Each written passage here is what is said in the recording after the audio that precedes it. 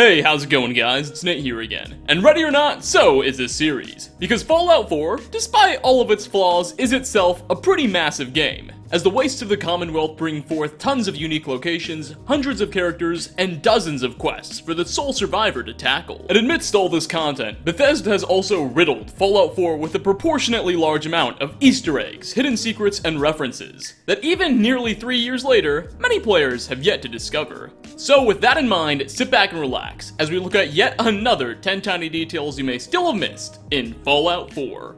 Part 4. Starting off, the revelation that Paladin Dance is in fact a synth comes off as an extremely shocking one. The fact that a man with a deep hatred of these robotic beings that himself belongs to a faction that has made it a literal priority to exterminate them is in fact a synth for themselves is some next level irony. And considering Dance is such a great companion to have, it only exacerbates the pain of such a reveal, as he's forcefully kicked out of the Brotherhood, or worse. Well, if you're a little lucky and were paying some extremely close attention during your first meeting with the Paladin, there is a chance that you may have already had an idea regarding his, shall we say, true nature. You see, shortly after coming in contact with Dance and his squadron at the Cambridge Police Department, he'll then offer you the quest, Call to Arms, where he requests that you and him together go to an old rocket factory named ArcJet Systems and acquire a special long-range transmitter. That way he can call for additional Brotherhood assistance. As the two of you make your way through this building, you'll find that it's already occupied by dozens of synths, who are bent on keeping you away. Now, during the ensuing battles, there's a small chance that synths may say the following line of dialogue when engaging Dance. Did you catch it? They already detected him as a fellow synth and blurted out for all to hear, long before you learn the truth behind his origins. Now, this phrase won't always be said, and amidst the chaos of a skirmish, you're probably not paying too much close attention to the dialogue anyway. But if you were, hopefully you were just a little bit more prepared for the coming revelation. Next on the list, all throughout various buildings across the Commonwealth are a variety of paintings. These can range from simple oil illustrations of cats to beautiful, complex illustrations of landscapes. Well, one painting that's in fact rather common to come across in the game is a recreation of a real-world painting that's known as Napoleon Crossing the Alps by a French artist named Jacques-Louis David, which depicts the valiant Napoleon Bonaparte riding on horseback leading his troops through the St. Bernard Pass into Italy. Except, if you look closely, you'll notice that in the Fallout 4 version of the painting, it doesn't feature Napoleon at all, but instead, the man on horseback in a brilliant general's uniform is in fact Todd Howard, Fallout 4's lead director and head honcho at Bethesda Game Studios.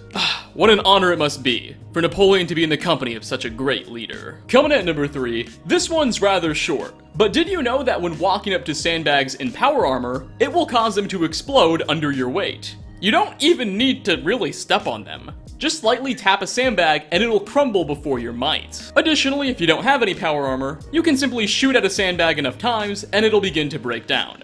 Not a particularly game-changing factoid, but hey, the more you know! For 4th spot, it seems like we head on over to Diamond City in every one of these episodes. Largest urban center in the Commonwealth, constructed out of the ruins of Old Fenway Park, Diamond City is the jewel of Boston's Wasteland. And at the center of it is a small noodle stand, run by a Japanese robot named Takahashi. Well, adorable, Takahashi doesn't seem to speak very good English, or really even Japanese to be honest, but he's doing his best. Here you can grab a seat and have some presumably tasty noodles. But take a look at the stools around the bar. Bethesda has cleverly modeled the actual seats to look sort of like baseballs due to the way their screws are placed. A really small detail, but an appreciated one nonetheless. Halfway through at number 5, Swan is a unique super mutant behemoth, living out of his pond in the Boston Commons. He camouflages himself cleverly as a pile of rubble just waiting in the water until unsuspecting Wastelanders approach him.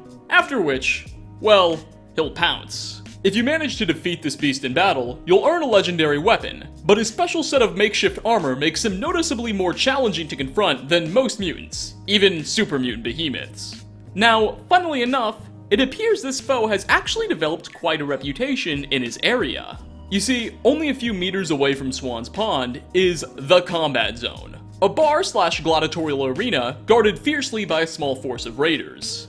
Here's where it gets cool. should you critically wound one of these guards, or just run towards Swan's pond after they've turned hostile, they'll say the following unique line of dialogue.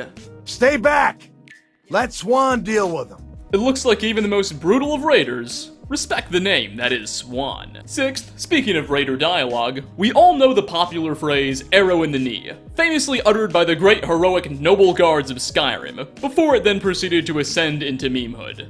Well, Bethesda definitely took notice, and in Fallout 4, should you manage to shoot a raider in the legs, or dare I say, knee, they'll of course say a parody of that famous quote. Ah! Bullet in the knee. Next, we all know and love the anti-hero turned institute half-robot hitman named Kellogg. Well, not really love. He does murder your spouse to death and kidnap your child, so perhaps he's not your favorite person, but hey, we all make mistakes. Why do you gotta be so judgy? Anyway, during the quest Getting a Clue, the player visits Kellogg's former residence in Diamond City and uncovers a massive secret bunker that leads us to suspect he's no ordinary Wastelander. But that's neither here nor there. Instead, what we're interested in is that all over his home, he has random pieces of corn.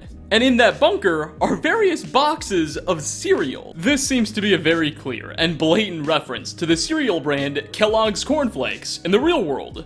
Get it? Because the character's name is Kellogg and he owns a lot of I'll stop talking now. Coming in at number 8, the only thing perhaps more ferocious than super mutants and Institute synths would have to be the Deathclaws. Massive genetically modified chameleons created by the United States military, later fed the FEV virus by Richard Gray in the first Fallout game. Since then, Deathclaws have spanned across the American wasteland, and they behave a lot like their chameleon ancestors, sharing in their camouflage ability, and they even look a little bit alike. But it seems Bethesda really wanted to go all out, as should you shoot a Deathclaw enough times in the tail, that tail will actually then fall off.